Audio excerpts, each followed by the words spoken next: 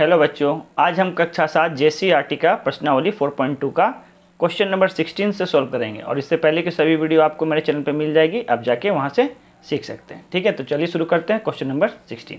देखिए पहला क्वेश्चन क्या कर रहा है, क्वेश्चन नंबर 16 में कह रहा है कि समझिए और सारणी को पूरा कीजिए। यहाँ पर हमें एक सारणी दिया गया है और बीच में देखिए यहाँ प्लस का चिन्ह है। इसका मतलब है कि हमारा जो ये इस तरफ का जो हमारा संख्या है, इस संख्या के साथ हमें इस संख्या का क्या करना, प्लस करते हुए जाना है। जैसा कि पहला एग्जांपल में हमें दिया गया है कि 2/3 को -1/3 के साथ जोड़ा गया है, जिसका आंसर क्या आया 1/3। अब हमें क्या करना है, इस 2/3 को जोड़ना है 1/4 के साथ। तो देखिए पहला हम जोड़ के चेक करते हैं आंसर क्या आता है। तो देखिए पहला क्या है, 2/3 प्लस करना है 1/4। ठीक है, तो भिन्न का जोड़ तो हम सिखाए हैं। एलसीएम लेंगे, 4 और 3 का लसो क्या आएगा, 12 आएगा। अब 3 के पहाड़ा में 12 कितनी बार में आता है, 4 बार में, तो ऊपर 4 से गुना, तो 4 दूना 8 प्लस। अब 4 के पहाड़ा में 12 कितनी बार में, 3 बार में, और ऊपर गुना करेंगे तो 3 एकम 3, दोनों को जोड़ेंगे कितना हो गया, 8 और 3 11/12। तो पहला सारणी में यहाँ में क्या आएगा आपका 11/12। ठीक है, पहला आंसर तो हो गया। अब देखिए उसके बाद में क्या करना है, अब 2/3 के साथ जोड़ना है क्या, 4/11 को। तो सेकंड में 2/3 के साथ जोड़ना है 4/11 को। तो सबसे पहले लॉसो लेंगे, तो 11 और 3 का लॉसो लेंगे तो क्या आएगा 33। ठीक है, अब 3 के पहाड़ा में 33 कितनी बार में, 11 बार में, ऊपर गुना करेंगे तो 11 दूना 22। अब जोड़ का चिन्ह, 11 का पहाड़ा में 33 3 बार में, ऊपर गुना करेंगे तो 4 तिया 12। अब जोड़ेंगे तो 12 में अगर हम 22 जोड़ेंगे तो कितना आ जाए आपका, 2 2 4 और 2 1 3, यानी 34/33। तो आंसर यहाँ क्या आएगा 34/33। ठीक है, अब अगला देखिए, उसके बाद हमें क्या करना है, 2/3 के साथ जोड़ना है आपको 5/6 को। अब 3 और 6 का लॉसो लेंगे तो क्या आएगा, 6 ही आएगा। अब 3 के पहाड़ा में 6 कितनी बार में आता है, 2 बार में, ऊपर 2 से गुना करेंगे तो 2 दूना 4, जोड़ का चिन्ह लगाएंगे। अब 6 के पहाड़ा में 6 कितनी बार में, 1 बार में, ऊपर गुना करेंगे तो 5 एकम 5, जोड़ेंगे तो कितना होगा 4 और 5 9/6। अगर कटता है तो उसको काट देंगे, 3 से कट रहा, 3 तिया 9 और 3 दूना 6। तो आंसर आपका क्या आएगा 3/2। देखिए अब उसके आगे क्या बोल रहा है कि -3/5 को जोड़ना है -1/3 के साथ। तो अब फिर से देखिए 4th नंबर में क्या करना है, -3/5 को जोड़ना है -1/3 के साथ। तो सबसे पहला काम लॉसो लेंगे, 5 और 3 का लॉसो लेंगे तो कितना आएगा 15। 5 के पहाड़ा में 15 कितनी बार में आएगा, 3 बार में, ऊपर गुना करेंगे तो 3 तिया 9, लेकिन माइनस में। ठीक है, अब ये प्लस का चिन्ह है और ये प्लस माइनस क्या होगा, माइनस हो जाएगा। अब 3 के पहाड़ा में 15 5 बार में, ऊपर गुना करेंगे तो 5 एकम 5। अब दोनों को जोड़ेंगे, -9 और -5, माइनस माइनस क्या होता है, प्लस होता है, लेकिन चिन्ह माइनस का रहेगा। तो 9 और 5 14, -14/15। ठीक है, अब उसके बाद देखिए 5वां नंबर में अब हमें करना है -3/5 का जोड़ करना किसके साथ, यहाँ में पहले लिख देते हैं आंसर, -14/15। अब उसके बाद देखिए -3/5 इसके साथ जोड़ना है 1/4 को। तो 5 और 4 का लॉसो लेंगे, कितना होगा, 4 5 20 होगा। अब 5 के पहाड़ा में 20 4 बार में, ऊपर गुना करेंगे तो 4 तिया 12, माइनस में, प्लस 4 के पहाड़ा में 20 कितनी बार में, 5 बार में, ऊपर गुना करेंगे तो 5 एकम 5। अब देखिए प्लस माइनस क्या होता है, हमेशा माइनस होता है, लेकिन चिन्ह बड़ा वाला का, तो बड़ा क्या है, माइनस में ही है। तो -12 में से 5 गया तो 7, नीचे 20। तो हमारा आंसर कितना आया, -7/20। यहाँ लिख देंगे माइनस 7/20। ठीक है, अब देखिए उसके बाद अगला सवाल क्या है। अब हमें करना है -3/5 का जोड़ करना है 5/6 के साथ। तो यहाँ कर देते हैं -3/5 जोड़ना है 5/6 के साथ। तो लॉसा लेंगे तो 6×5 = 30। अब यहाँ 5 के पहाड़ा में 30, 6 बार में ऊपर गुना करेंगे तो 6×3 = 18, लेकिन माइनस में जोड़ का चिन्ह है, जोड़ का चिन्ह लगाएंगे।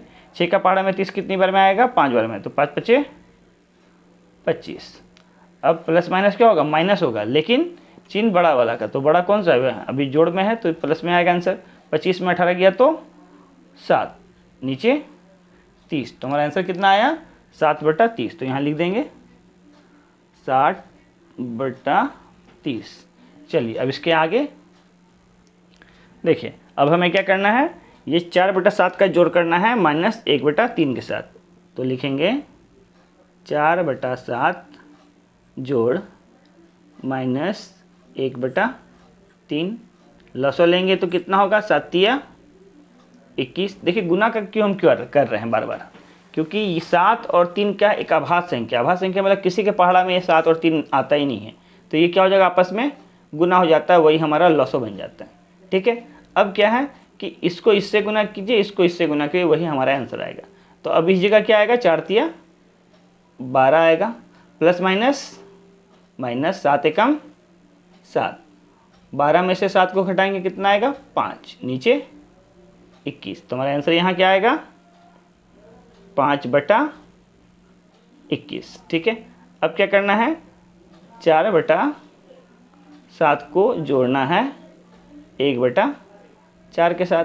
यहाँ भी देखिए 4 और 7 किसी के पहाड़ा में आता है, नहीं आता है, तो आपस में गुना कर देंगे तो 7×4 = 28। हमारा लॉसो क्या हो गया, 28।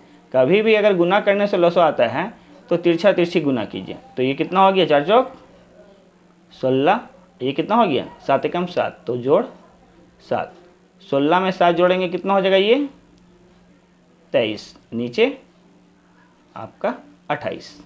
तो आंसर क्या हो गया, 23/28।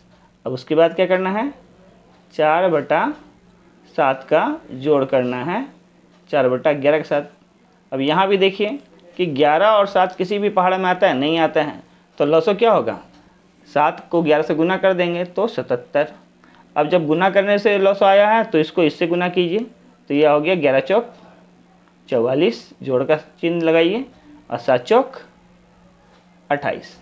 अब इस दोनों को जोड़ दीजिए, तो 8×4 = 12, 12 का 2 हासिल 1, 2 4 6 और 1 7, और नीचे जो था वही रहेगा, यानी 72/77। तो आंसर क्या आया, 72/77। ये हमारा आंसर हो गया, पूरा सारणी कंप्लीट हो गया। ठीक है, देखिए क्वेश्चन नंबर 17। क्वेश्चन नंबर 17 में क्या कर रहा है, ये आपका वास्तविक प्रश्न है, यानी कि ऑब्जेक्टिव टाइप। ठीक है, तो देखिए पहला क्वेश्चन क्या बोल रहा है, निम्नलिखित प्रश्नों के 4 विकल्प दिए गए हैं, सही विकल्प को चुनकर उसको लिखना है। ठीक है, अब पहला क्वेश्चन क्या बोल रहा है, निम्नलिखित में कौन सी परिमेय संख्या 3/5 के समतुल्य है। तो सबसे पहले तो जानना होगा ये समतुल्य परिमेय होता क्या है। तो हम आपको बताए हैं कि अगर किसी परिमेय संख्या को एक ही संख्या से ऊपर नीचे अगर हम गुना कर दें तो हमें क्या मिलता है, समतुल्य परिमेय। तो देखिए 3/5 हमें क्वेश्चन में दिया है, तो देखिए और कौन सा संख्या है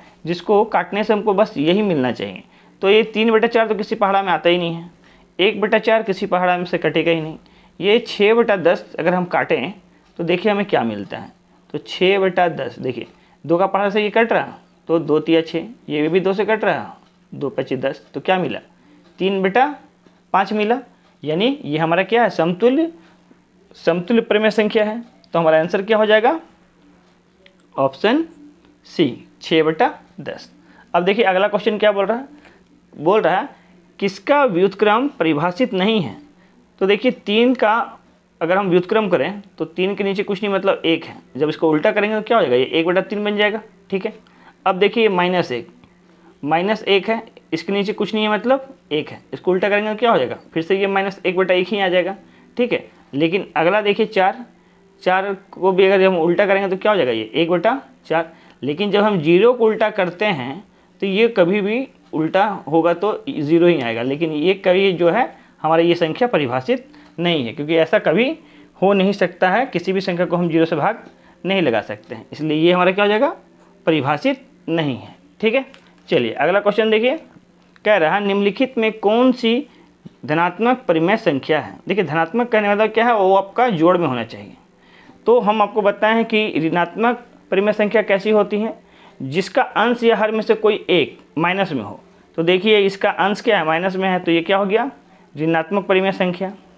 इसका देखिए हर माइनस में हो गया, तो ये भी कैसा हो गया, ऋणात्मक परिमेय संख्या। और आपको घनात्मक परिमेय संख्या में क्या बताए थे, जिसका अंश और हर दोनों ही चाहे तो माइनस में होना चाहिए चाहे तो प्लस में।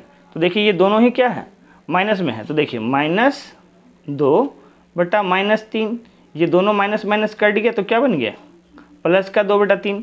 तो ये हमारा आंसर क्या हो गया, ऑप्शन 3, -2 और -3। ठीक है, अब क्वेश्चन नंबर डी देखिए। क्वेश्चन नंबर डी में क्या बोल रहा है, निम्नलिखित में कौन सी परिमेय संख्या ऋणात्मक है। अभी जस्ट हम आपको बताए हैं कि ऊपर नीचे कोई एक में से आपको माइनस होना चाहिए। तो पहले ही नंबर में क्वेश्चन में देखिए ये माइनस माइनस माइनस जो है वो अंदर का क्या हो जाएगा, कैंसिल हो जाएगा, लेकिन बाहर का माइनस तो रह ही जाएगा ना। देखिए ये -3 बटा -5 है ऑप्शन में, ये माइनस माइनस तो कैंसिल हो गया, तो हमारा रिजल्ट में क्या आया, -3 बटा 5 ही ना आया। तो देखिए आपका एक क्या है, माइनस में है ना, तो ये हमारा कैसा संख्या हो गया, ऋणात्मक परिमेय संख्या। तो हमारा आंसर क्या हो गया, ऑप्शन ए। अब उसके बाद देखते हैं और क्वेश्चन नंबर ई। क्वेश्चन नंबर ई में क्या बोल रहा है, परिमेय संख्या के मानक रूप में हर सदैव होती है। कभी भी किसी संख्या को अगर हम मानक रूप में लिखते हैं तो उसका नीचे का संख्या हमेशा क्या होगा, प्लस में। देखिए ये आपका कौन सा संख्या आ रहा है, प्लस आ रहा है ना, माइनस हमेशा ऊपर लगता है नीचे नहीं। ठीक है, तो इसका आंसर क्या हो जाएगा, धनात्मक संख्या, ऑप्शन नंबर 3। ठीक है, चलिए अगला सवाल को सॉल्व करते हैं। देखिए अगला क्वेश्चन क्या कह रहा है, क्वेश्चन नंबर एफ में कह रहा है किसी परिमेय संख्या के मानक रूप में बदलने के लिए अंश और हर को उसके डैश से विभाजित किया जाता है। तो हमारा आंसर होगा सार्वगुणनखंड। क्यों होगा, तो देखिए आपको इससे पहले हम बता चुके हैं कि जैसे कोई संख्या है आपका 20 बटा आपका मान लीजिए 15, ठीक है, तो हमें देखना होता है कि किसी एक पहाड़ा से दोनों कटना चाहिए। तो देख रहे हैं ये 20 आपका 5 से कट रहा, 5 चौके 20, और ये 15 भी आपका 5 से कट रहा। यानी अगर हम इसको फिर से ऊपर नीचे 5 से गुना करेंगे तो हमें क्या मिलेगा, 20 बटा 15 मिल जाएगा ना। तो ये हमारा क्या हो गया, सार्वगुणनखंड, यानी कि 5 आपका इस 20 से भी 20 को भी भाग लगाएगा, ये 5 आपको 15 में भी भाग लगाएगा। तो इसको हम क्या बोलते हैं, सार्वगुणनखंड। ठीक है, तो इसका आंसर क्या हो जाएगा, ऑप्शन 2 सार्वगुणनखंड। ठीक है, अब अगला देखते हैं क्वेश्चन नंबर जी। ऐसी परिमेय संख्या जो स्वयं का व्युत्क्रम है। स्वयं का व्युत्क्रम मतलब जिसको अगर उल्टा करते हैं तो वही संख्या आपको मिलेगा। तो देखिए पहला ऑप्शन हमको दिया है 0, तो 0 तो हमारा पहली बात अभी तक परिभाषित ही नहीं, इसलिए ये आंसर नहीं होगा। फिर दूसरा ऑप्शन आपको दिया है -1, ठीक है, तो -1 इसके नीचे कुछ नहीं, मतलब क्या है, 1 ही है। जब इसको हम उल्टा करते हैं तो क्या आता है, 1 बटा 1 ही, और हमेशा माइनस ऊपर ही लगता है, तो फिर से क्या होगा, यही संख्या मिल गया ना, यानी यही संख्या अब हमको मिल रहा है, यानी स्वयं का उल्टा ही क्या होगा, -1 ही होगा ना। तो इसका आंसर हमारा क्या हो जाएगा, ऑप्शन 2 -1। अब उसके बाद देखिए बोल रहा है -2 और बटा 7 का योज्य प्रतिलोम। योज्य प्रतिलोम क्या होता है, तो देखिए जब किसी परिमेय संख्या के साथ दूसरी एक परिमेय संख्या जोड़ने से उसका आंसर अगर 0 आता है तो वो कहलाता है उसका योज्य प्रतिलोम। जैसे मान लीजिए कि कोई संख्या है, या फिर इसी को लेके चलते हैं कि -2 बटा 7, ठीक है। अब इसके साथ क्या जोड़ेंगे, इसके साथ हम क्या जोड़ें कि हमें क्या मिलना चाहिए, 0, ठीक है।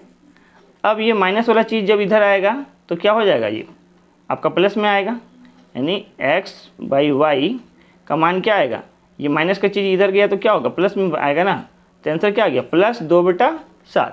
अब देखिए ये 2/7 प्लस में कहाँ आ रहा है, तो पहला ऑप्शन देखिए, पहला ऑप्शन में दिया है आपको -2 और -7, तो ये माइनस माइनस कैंसिल हो गया तो क्या आ गया, आपका जोड़ में आ गया ना। तो हमारा आंसर क्या हो गया, ऑप्शन 1 -2/-7। ठीक है। अब अगला क्वेश्चन देखिए, 4/5 का गुणात्मक प्रतिलोम है।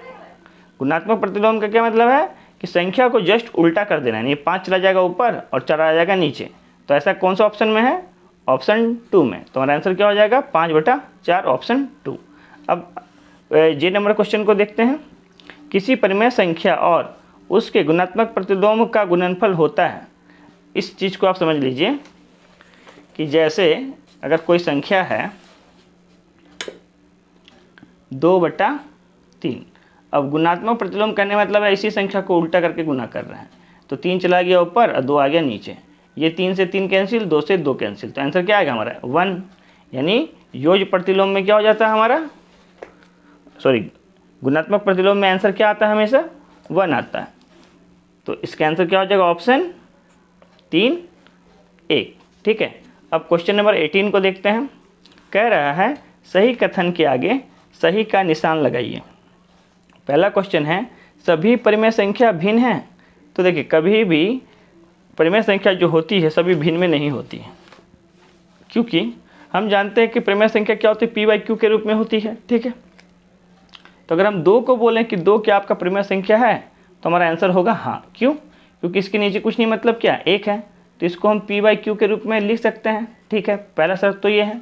और दूसरा शर्त होता है कि q जो है आपका कभी भी 0 के बराबर नहीं होना चाहिए। तो देखिए नीचे में 1 है, वो तो 0 से बड़ा होता है, इसलिए ये भी आपका क्या होता है, एक परिमेय संख्या है। ठीक है।